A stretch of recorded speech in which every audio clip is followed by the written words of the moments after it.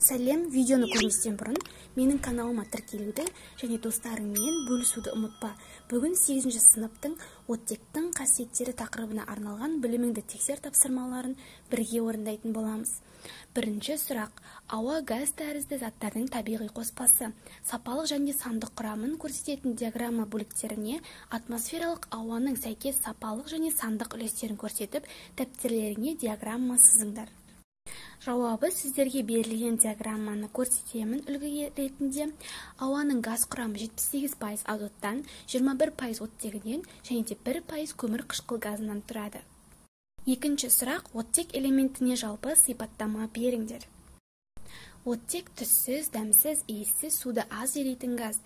20 градус температурада судың 100 көлемінде оттектің 3,1 көлемі ериді. Оттек ауадан ауырлау. Оттек белсенді бейметалл. Үшінші сұрақ: табиғатта оттек қандай күйде кездеседі? Табиғатта оттек газ күйінде кездеседі. Төртінші сұрақ: өнеркәсіпте және зертханада оттекті қандай әдістермен алады? Оттекті зертханада алу жолдарын 5 түрге бөлуге болады. Біріншісі сынаптың эквивалентті оксидін қыздыру, екіншісі суды электр тоғымен айыру, үшінші калий перманганатын қыздыру, төртінші марганец оксидінің үстіне сутек пероксидін қосу, бесінші калий хлоратының марганец оксиді қатысында қыздыру. Және өнеркәсіпте алу жолы: өнеркәсіпте оттекті ауадан алады, ауаны жоғары қысымда сұйылтып, фракциялық жолмен айдайды. Бесінші сұрақ: оттектің физикалық және химиялық қасиеттерін сипаттаңдар. Сәйкес реакция теңдеулерін жазыңдар, зат формулаларының астына олардың атауларын жазыңдар. Физикалық қасиеті: оттек түссіз, дәмсіз, иіссіз суды аз еритін газ. 20 градус температурада судың 100 көлемінде оттектің 3,1 көлемі ериді. Оттек ауадан ауырлау. Оттектің мольдік массасы 32 грамм моль, ауаның мольдік массасы 29 грамм мольге тең. Минус 183 градуста және 101,325 килопаскаль қысымда оттек сұйылады, ал минус 218,8 градуста қатады. Оттектің химиялық қасиеті: оттек белсенді бейметалл. Оттек қыздырғанда көптеген заттармен шабытты әрекеттесіп, нәтижесінде жылу мен жарық бөлінеді. Мұндай реакциялар жану реакциялары деп аталады. Мысал ретінде сіздерге күкірттің жану реакциясын және де фосфордың жану реакцияларын көрсетті. Алтыншы сұрақ: тотығу процесіне қандай реакциялар жатады? Және жетінші сұрақ: оксидтер деп қандай заттарды айтамыз? Магнийдің, күкірттің, алюминийдің, барийдің, сутектің оттекте жану реакцияларының теңдеулерін жазыңдар. Алтыншы сұрақтың жауабы: жану деп заттардың жарық және жылу бөле жүретін тотығу реакцияларын айтады. Заттардың оттекпен әрекеттесуі тотығу реакциясына жатады. Тотығу реакциялар нәтижесінде оксидтер түзіледі. Жетінші сұрақтың жауабы: оксидтер деп құрамы 2 элементтен тұратын, біреуі оттек болатын күрделі заттарды айтады. Реакция теңдеулеріне келетін болсақ, Асы 2 магний қосылған O2 түзеді 2 магний О. Әсі С қосылған O2 түзеді SO2. Б 4 алюминий қосылған 3 O2 түзеді 2 алюминий 2 O3. В-сы 2 барий қосылған O2 түзеді 2 барий О. Г 2H2 қосылған O2 түзеді 2H2O. 8-ші сұрақ: қай реакция жану реакциясына жатады? Және 9-ші сұрақ: жану реакцияларын теңдеуін аяқтап теңестіріңдер. 8-ші сұрақтың жауабы В нұсқасы болады, өйткені жану реакциясы тек қана берілген нұсқалардың ішінде осы ғана. Яғни S қосылған O2 түзеді SO2. Бұл күкірттің жану реакциясы. 9-ші сұрақтың жауабы: Асы 4 алюминий қосылған 3 O2 түзеді 2 алюминий 2 O3. 4 литий қосылған O2 түзеді 2 литий 2 О. Б 2 кальций қосылған O2 түзеді 2 кальций О. В 2 купрум қосылған O2 түзеді 2 купрум О. Келесі есептер. Бірінші есеп: магнийдің оттекте жануының реакция теңдеуін құрастырып, 12 грамм магний жанғанда түзілетін магний оксидінің массасын есептеңдер. Бірінші есептің жауабы: бірінші есепте ең алдымен реакция теңдеуін жазып аламыз. Магний қосылған O2 түзеді магний О. Магнийдің есептің берілгенде массасы белгілі, ол 12 грамм. Бізге магний Оның массасын табуымыз қажет, оны X деп жазып аламыз.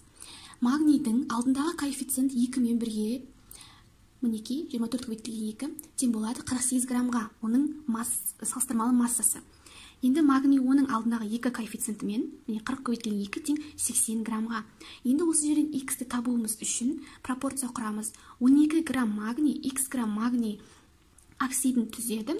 48 грамм магний, 80 грамм магний оксидін түзеді. X-ті табуымыз үшін 12-ні 80-ге көбейтіп 48-ге бөлеміз, тең болады 20 граммға. Яғни магний оксидінің массасы 20 граммға тең. Екінші сұрақ. Зат мөлшері 4 моль метанды жағуға қажет оттектің массасын есептеңдер. Реакция нәтижесінде неше грамм көмірқышқыл газы түзіледі? Екінші есепті шығару үшін де ең алдымен реакция теңдеуін жазуымыз қажет. CH4 қосылған 2O2 түзеді CO2 плюс 2H2O. Есептің берілгенде метанның 4 моль екені жазылған. Бірақ реакция теңдеуі бойынша ол 1 мольге тең. Бізге оттектің және де CO2-нің массасын табуымыз қажет. Оттектің салыстырмалы массасы 64 граммға, ал CO2-нің салыстырмалы массасы 44 граммға тең. Осы жерден оттекті X деп, ал CO2-ні Y деп алуымызға болады. Енді X-ті, яғни жұмсалған оттекті табуымыз үшін пропорцияны құруымызға болады. 4 моль метан X грамм оттек жұмсаса, 1 моль метан 64 грамм оттек жұмсайды. Осы жерден X-ті табу үшін 4-ті 64-ге көбейтіп 1-ге бөлеміз. Нәтижесінде 256 грамм шығады. Енді Y-ті табуымыз үшін 4 моль метан Y грамм CO2 түзеді, ал 1 моль метан 44 грамм CO2-ні түзеді. Y-ті табу үшін 4-ті 44-ге көбейтіп 1-ге бөлеміз. Нәтижесінде 176 грамм шығады. Есептің жауабы: жұмсалған оттектің массасы 256 грамм, түзілген көмірқышқыл газының массасы 176 граммға тең. Үшінші сұрақ. Зат мөлшері 0,1 моль алюминиймен әрекеттесетін оттектің массасын және түзілетін алюминий оксидінің массасын есептеңдер. Үшінші есепті шығару үшін ең алдымен реакция теңдеуін жазып аламыз.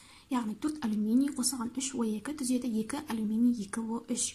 Есептің берілгенде алюминийдің зат мөлшері 0,1 мольге тең, ал реакция теңдеу бойынша ол 4 мольге тең.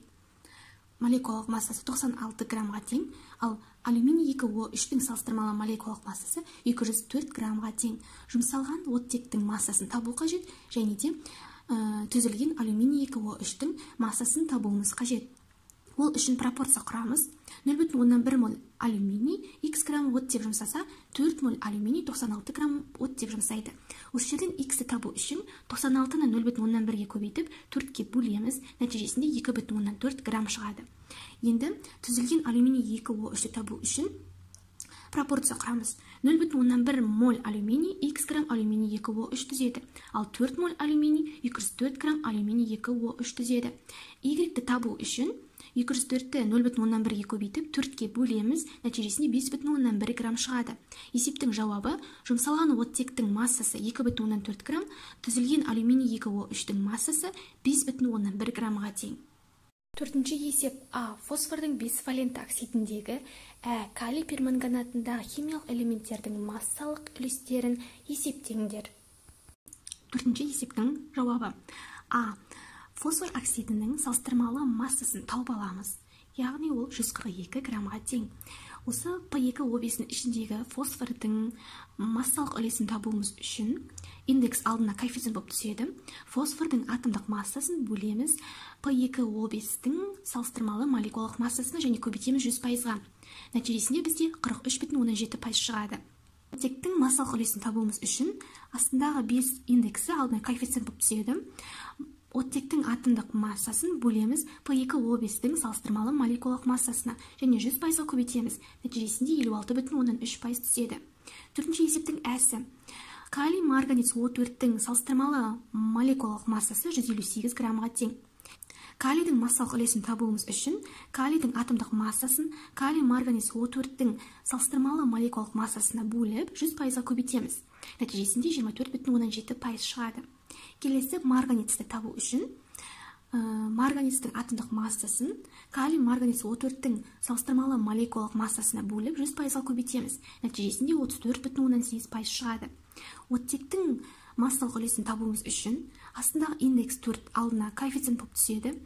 Және де оттектің атомдық массасын калий марганец O4-тің салыстырмалы молекулалық массасына бөліп 100%-ға көбейтеміз. Нәтижесінде 40,15% шығады. Бесінші есеп. Фосфордың оттекте жануының реакция теңдеуін құрастырыңдар. 20 грамм оттек массасы 12,4 грамм фосфорды жағуға жете ме? Ең алдымен реакция теңдеуін жазып аламыз. 4П қосылған 5O2 түзеді 2P2O5, яғни фосфор оксидінің түзілу реакциясы. Бізде есептің берілгенде фосфор массасы берілген, ол 12,4 грамм. Және де фосфордың салыстырмалы молекулалық массасы 124 граммға тең. Бізге жұмсалатын оттектің массасын табу қажет, оны X деп белгілейміз, ал реакция теңдеуі бойынша оттектің салыстырмалы молекулалық массасы 120 граммға тең. Осы жерден X-ті табу үшін 120-ны 12,4-ке көбейтіп, 124-ке бөлеміз. Нәтижесінде 12 грамм шығады. Яғни фосфордың 12,4 граммын жағу үшін 12 грамм оттек қажет.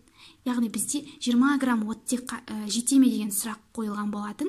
Яғни 12 грамм 20 граммнан аз, сондықтан 20 грамм оттек 12,4 грамм фосфорды жағу үшін жетеді, тіпті артық қалады. Алтыншы есеп. Мына оксидтердің қайсысында оттектің массалық үлесі 50% құрайды? Алтыншы есептің жауабын нұсқаларына мән беріп қарасақ, жауабы көрініп тұр. Бұл нұсқасы SO2.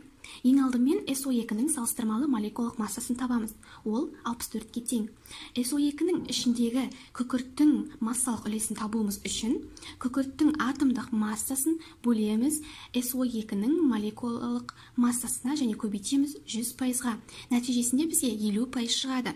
Енді оттектің массалық үлесін табуымыз үшін астындағы индексін алдына коэффициент қылып жазып, оттектің атомдық массасын бөлеміз SO2-ның салыстырмалы молекулалық массасына. Көбейтеміз 100%-ға. Нәтижесінде 50% шығады.